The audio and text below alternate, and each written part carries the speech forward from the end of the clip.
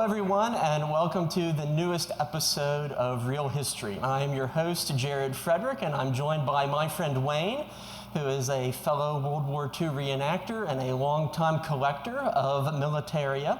And in this segment, he is going to be showing us some of the crown jewels of his collection as far as entertainment memorabilia is concerned. Because within his collection, in addition to this awesome car that is behind us, he also has a wide array of props from famous war movies and films. And he invited us here into his awesome garage to do a little bit of show and tell with all of these. So, Wayne, thank you so much for having us. Oh, I'm glad you could come. So, Wayne, how did you first get interested in history? Were there any war movies or TV shows that you were fond of as a kid that got you interested in a lot of this? I guess TV shows would be combat, 64, 65, then the G.I. Joes came out. Mm-hmm. And my dad was in the war. I had 4 uncles in World War II. So I heard stories and talking, and I saw uniforms and stuff and things like that. So I would collect, even as a young kid, a canteen here or there, something I could get my hands on and stuff like that. So when I was a teenager, I really started with Civil War. Hence, I live in Gettysburg now. But that all got me interested in collecting and reenacting. When you were growing up, World War II surplus was everywhere. I mean, absolutely. People were practically giving it away. Absolutely. Very different from when I'm growing up. A lot harder to get this stuff now. So who was your favorite character on Combat? Had to be the Sarge. Yeah, I mean, obviously, Sergeant Saunders, he's everybody's favorite. Of course. Absolutely. Were there any particular movies that you were fond of growing up along those lines? No, I watched all war movies. The one war movie that made a big impression upon me, made me quite sad at the end, believe it or not, was Von Ryan's Express. Oh, yeah. Frank Sinatra. He was the hero of the film, and as a young kid seeing that, you would never think he would be killed. Spoiler alert. You haven't seen it, yeah. And I just couldn't believe that he was actually killed at the end of the movie, And even though the plot is somewhat outlandish, it's such a good movie. Well, it's so entertaining. Yeah, it's entertainment for sure. But super entertaining. Yeah, but up until that point, the hero, for me, never died. Yeah. It's a great point.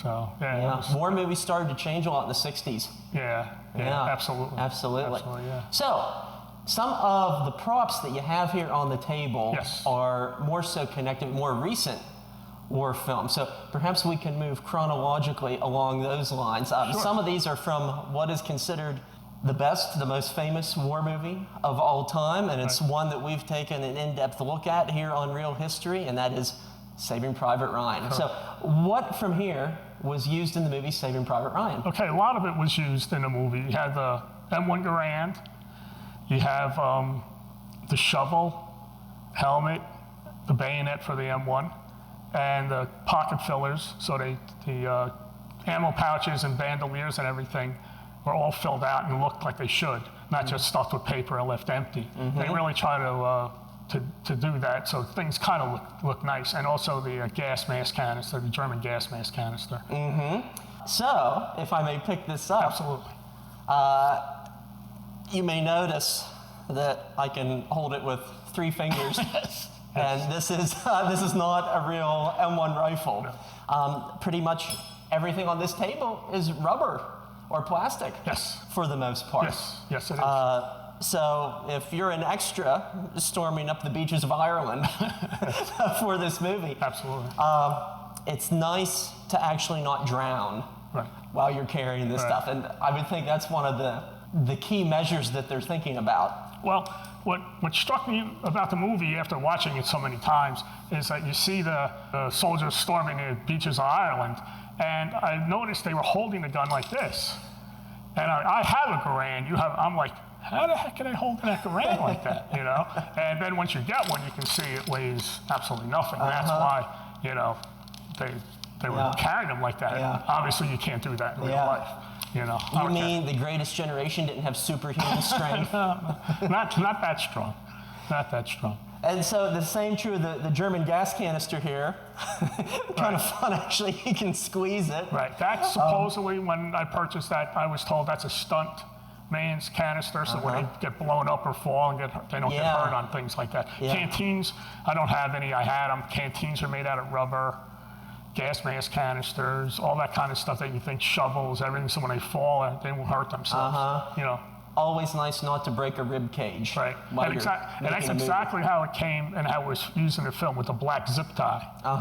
So they just put it on there and let it go, and it doesn't show up on film or anything because everything's so quick. You know. And the end blocks are quite ingenious because if they are in a bandolier, they even have they give the right projection through the cloth. Yes.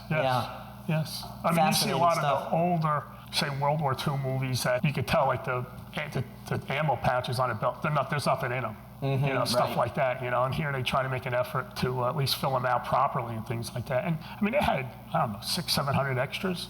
Yeah. So they had to make a lot of those, you know, a couple thousand of those rubber things, you know. Yeah, absolutely. Yeah. And even when you look at the grenade, and this one isn't rubber, it's like resin or something like that. That, my understanding, was used in Band of Brothers. And so they even painted the yellow line around the top, designating it's a fragmentation grenade. Right, that's exactly how I got it. And, you know, if you put that on your Y straps and hung it off your belt or your Y straps, and it would look good. You know, it's going to do the part. Yeah. You know? And so you say this one is from Band of Brothers? Yes. Okay. Yes.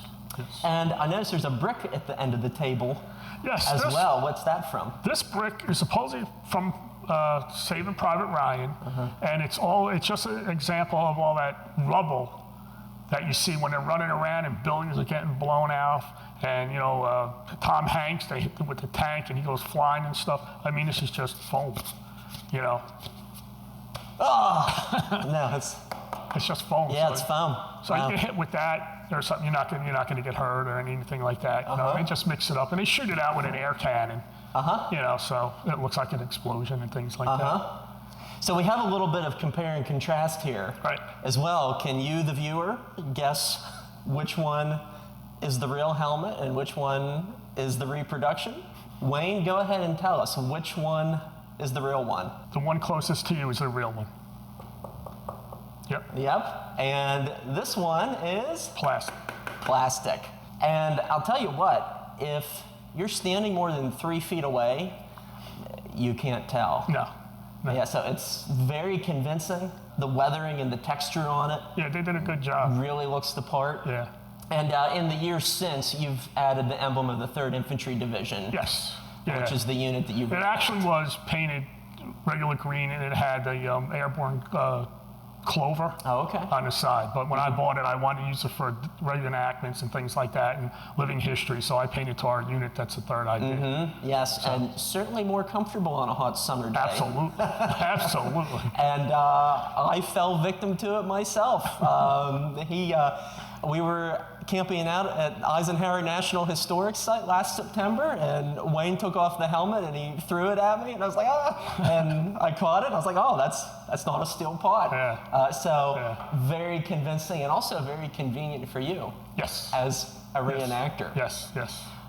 I see we have an ammo can. Yes, this was from Band of Brothers. It's solid foam. It is heavy. My understanding was it was set dressing.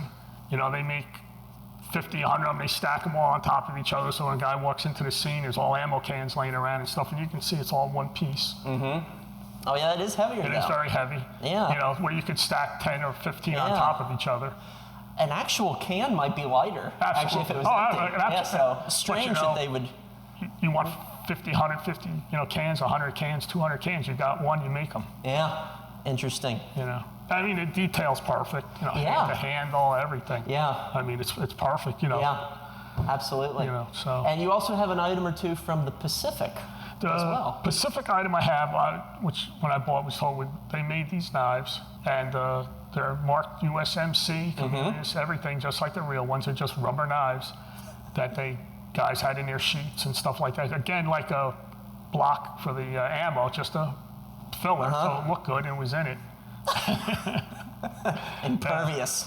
And and it can't hurt themselves. Yeah. That's great stuff. Yeah. Back in the days before there were a lot of reenactors, sutlers, and manufacturers of reproduction items, these were probably very high commodity items for reenactors who perhaps didn't want to wear original stuff. So how did you come across a lot of this back in the day? There was, Indian Town Cap was a big reenactment in Pennsylvania. One of the sutlers there had gotten his hands on a bunch of stuff, and they said at the time that we can't tell you what movie it's from. We all knew what movie it was from, but we can sell this stuff. So they were selling stuff back then. So the guy like opened the truck, and there was stuff, you know, all this kind of stuff was in there, and just what'd you want, what'd you buy, and stuff. Some guys bought it and they put it in a collection or things like that. And some of the things, the gas mask canister came from the prop store in England. They had a lot of stuff at the time. They had a lot of Saving Private Ryan, Band of Brothers, Pacific, a lot of props, and they have very few left now. But the props that they have sold are now astronomical. Yeah. I mean, just, you know, and they had Tom Hanks's uniform, you know. I mean, now they have it on, it's like thousands and thousands of dollars, but it's all documented, the helmet right down to his shoes, and they have all the characters and stuff, so, you know, but now this stuff is way more expensive than it ever was. Yeah. And I've had more stuff, and I've actually sold stuff back to the prop. It's called thepropstore.com. They go out there, they have all kinds of movie props. How about that? And so it's a lot like the original equipment from the war. It gets more valuable and rare with age as the celebrity of either the war or the production accelerates. Yeah. Now this was Private Ryan here, this bayonet. Yeah, go ahead and. It doesn't come out. It doesn't, and it was just zip tied to the ammo belt. Again, they don't make the hanger and none of that stuff. It's movie stuff. You know, guys busting them, they break and everything like that. But again, it's so you don't hurt yourself. Yeah. Because you got extras running around. You don't want people sword fighting or that kind of stuff. You know, with a real blade. And if you're 100 yards downrange from the camera, you aren't going to be able to tell. 100 yards, you can probably be about 100 feet sometimes. Yeah. One thing with Private Ryan, and I noticed that it's amazing to me the detail they went into. There's a couple scenes in there which because I've watched the movie and I watched for the special effects and all that stuff. There's one scene in there, the medics are on the beach and they're trying to work on a guy. They get shot. The medic's like, he throws a thing down. If they don't give us a chance, blah, blah, blah. And then one medic gets shot in the canteen. Ping, and you see the bullet come out. Like, you don't see the bullet. You see the hole in the canteen, and you see water come out. And they're panning this. As they pan it, blood comes out of the canteen, right? I mean, like, to think of that detail. Yeah. And the medic himself was wounded. Yeah, you know, and stuff like that. And there's one scene where they go up against a radar station, and before they go into the whole thing, they go and they're walking and like crawling up, and there's 2 dead paratroopers. The paratroopers are supposed to be there for like a day or 2. Right, they've been killed before. That these guys, that Tom Hanks and all the guys got there. They just pan real slow too. If you watch that real slow, and they actually show, I think in the making of Private Ryan, their corpse. They even have maggots in the eyes. They went through that minute detail. Yeah. But it's just a second, just a camera pan that you never pick it up, but the guys who did it wanted that much detail put into it, you know? The beauty of having a big budget to work with. I guess, yeah. Absolutely. And I think the movie, it certainly stood out in comparison to so many war films that preceded it, because when you look at movies like The Longest Day, other depictions of D-Day and big battles, a lot of time they're wearing stuff from the 1950s and the 1960s because most audience members won't know any better. Right. It definitely took the production level to a whole other level. Oh, absolutely. I mean, when I first saw Private Ryan at that first 20 minutes, I was like, I'm like, this is the beginning of the movie? Yeah. You know, I was already like exhausted just watching the D-Day beach scene, you know. And I've been to Omaha Beach twice and all this, so, I was familiar with the area and everything like that too. So it was kind of cool, but I mean, they did the World War II vet justice, I think. And I think that's one of the biggest kudos they could have is trying to do that, you know. Well put. Well, before we head out, many of our viewers are going to be asking about this beauty here behind us. Tell us about your car and your awesome setup here in your shop. Well, I'm a car guy. I've had World War II Jeeps and all kinds of stuff I restored. I've always had cars. And I got this one. It's a 55 Chevrolet Bel Air, 2-door hardtop. It's a frame-off restoration. Since I'm not that active that much in reenacting, maybe do a little living history, I always wanted a garage. Kind of supplement that collecting and OCD everybody has and all that stuff. I built myself a 1950s era garage. All my stuff works. Everything is functional. None of it is a prop. I didn't want that kind of, that's not the way I wanted my garage to be. I wanted everything, all my machines work, everything works. I restore a lot myself. I'm handy like that. So I just have a good time. You can come and do living history anytime you want to in your own backyard. If it's 1950s garage, it's here. It's here. It's a classy place.